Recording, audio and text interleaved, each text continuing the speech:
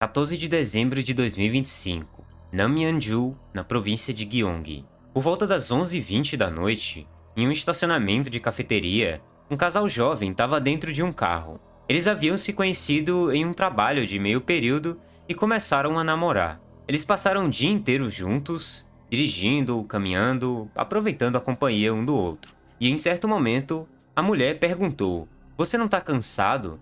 E ele concordou, que de fato ele tinha dirigido o dia inteiro. Ela tirou algo da bolsa, uma bebida energética, mas aquela não era uma bebida igual às outras.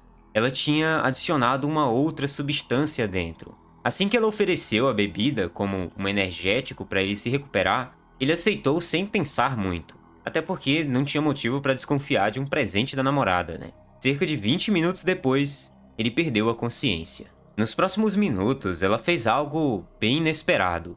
Ligou para os pais dele. O homem foi levado ao hospital e com o tempo ele se recuperou desse caso. Quando ele acordou, ele estava muito confuso. Ele só tinha tomado uma bebida energética, então por que ele apagou completamente? Ele confrontou a sua namorada, que não deu explicações muito coerentes, desviou do assunto, evitou o assunto por muito tempo e nada fazia muito sentido para ele. No início de janeiro de 2026, ele terminou o relacionamento, mas aquela dúvida continuava ali. No final do mesmo mês, ele decidiu ir até a polícia para registrar uma queixa formal.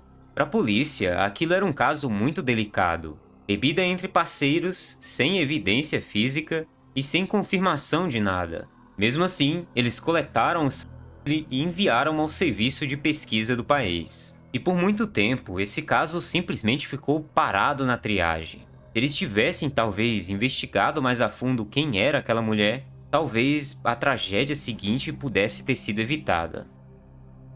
Capítulo 2. A primeira vítima. 28 de janeiro de 2026.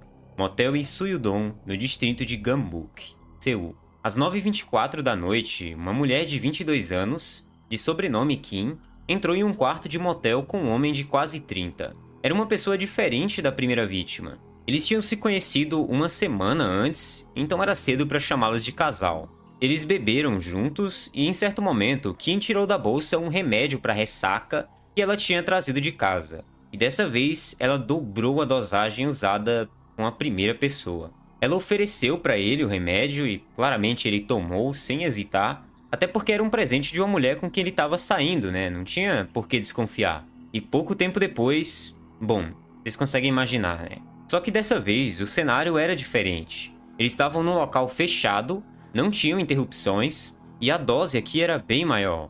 O que ela tinha feito aqui era misturar coisas que não poderiam ser misturadas. E ela aparentemente sabia disso. Mesmo assim, ofereceu para ele. Antes de sair do quarto, Kim embalou tudo que poderia servir como evidência em uma sacola plástica. Garrafas vazias, copos, qualquer coisa que pudesse rastrear sua presença e as suas ações. E depois ela saiu calmamente. No dia seguinte, por volta das 2 da tarde, o dono ali do motel foi até o quarto porque o hóspede não tinha saído até então. E ele encontrou o homem já sem vida. A polícia chegou algum tempo depois e inicialmente o caso foi tratado como sem explicação.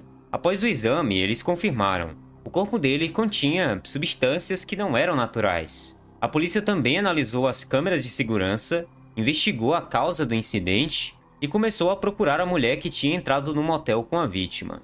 E colocaram ela na lista de suspeitas. Enquanto a investigação avançava lentamente, Kim não parou por aí. Em 29 de janeiro, o mesmo dia em que a segunda vítima foi encontrada, ela postou selfies no Instagram com a legenda "Eu sou um tom frio de outono", acompanhada de hashtags como "seguidores bem-vindos" e "segue que eu sigo". Em 11 de fevereiro, 2 dias após a terceira vítima, e poucas horas ali antes da sua prisão, ela postou mais uma selfie. O comportamento dela foi prescrito como estranho e anormal. Ela chegava a postar 10 fotos de si mesma muito parecidas todos os dias. Um outro conhecido disse que ela sempre iniciava o contato. Ela enviava pedidos de seguir primeiro na rede social. Ela que ia até as pessoas. E investigadores suspeitam que, inclusive, essas hashtags não eram inocentes. Podiam ser uma forma de Kim pescar novas vítimas entre os homens que seguiam de volta. A terceira vítima. Fevereiro de 2026. 9 de fevereiro de 2026. Outro motel na mesma cidade. Dessa vez, a vítima era alguém que Kim havia se reconectado recentemente. Segundo amigos, eles haviam se conhecido uma vez em um encontro de grupo para beber e não eram tão próximos, apenas conhecidos com contatos trocados. Em 8 de fevereiro, Kim entrou em contato com ele após um longo silêncio. No dia seguinte, ela sugeriu que eles alugassem um quarto juntos. O homem não parecia desconfiar de nada.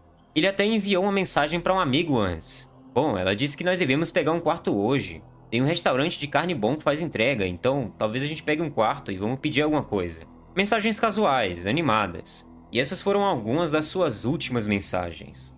Por volta das 8h40, eles compraram álcool e refrigerantes em uma loja de conveniência e entraram no motel de mãos dadas. 2 horas depois, apenas a Kim saiu de lá. Ela enviou uma mensagem a um homem que tinha sido sua próxima vítima. Você estava tão bêbado que acabou dormindo, então eu tô indo embora primeiro. Como se ele ainda estivesse entre nós. Como se ela tivesse apenas se cansado de esperar. Era uma estratégia, provavelmente, que ela construía para quem fizesse perguntas depois.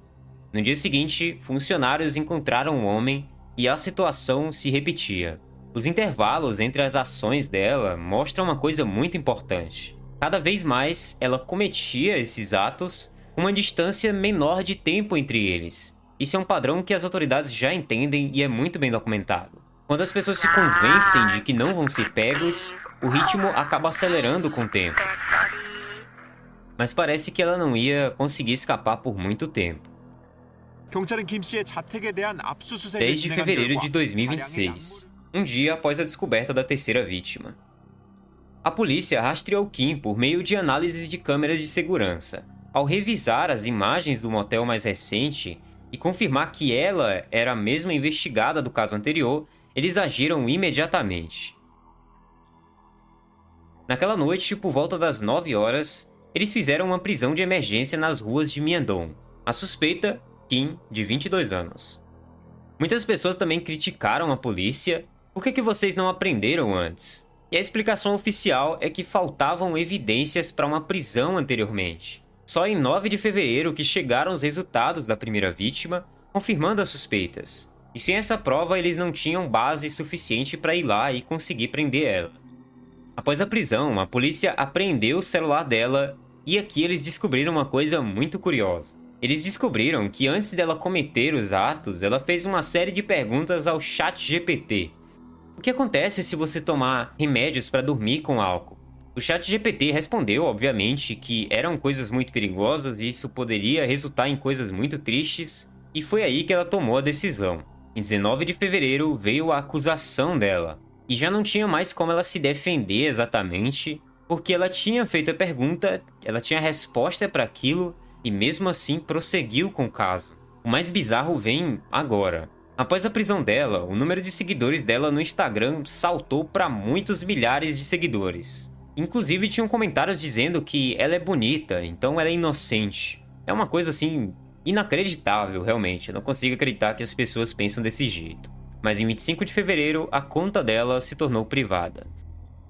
Bom, essa daqui é uma história cheia de coisas inacreditáveis. Se não fosse documentado e real, pareceria coisa de filme, inclusive. É uma história que lida também com a questão da confiança, né? O quanto você confia nas outras pessoas. Principalmente pessoas que estão próximas a você ali e não faz tanto tempo assim. Essa questão dos fãs também, isso já aconteceu mais vezes. Não é a primeira vez que as pessoas têm uma espécie de atração por pessoas desse tipo. É uma coisa assim, maluquíssima.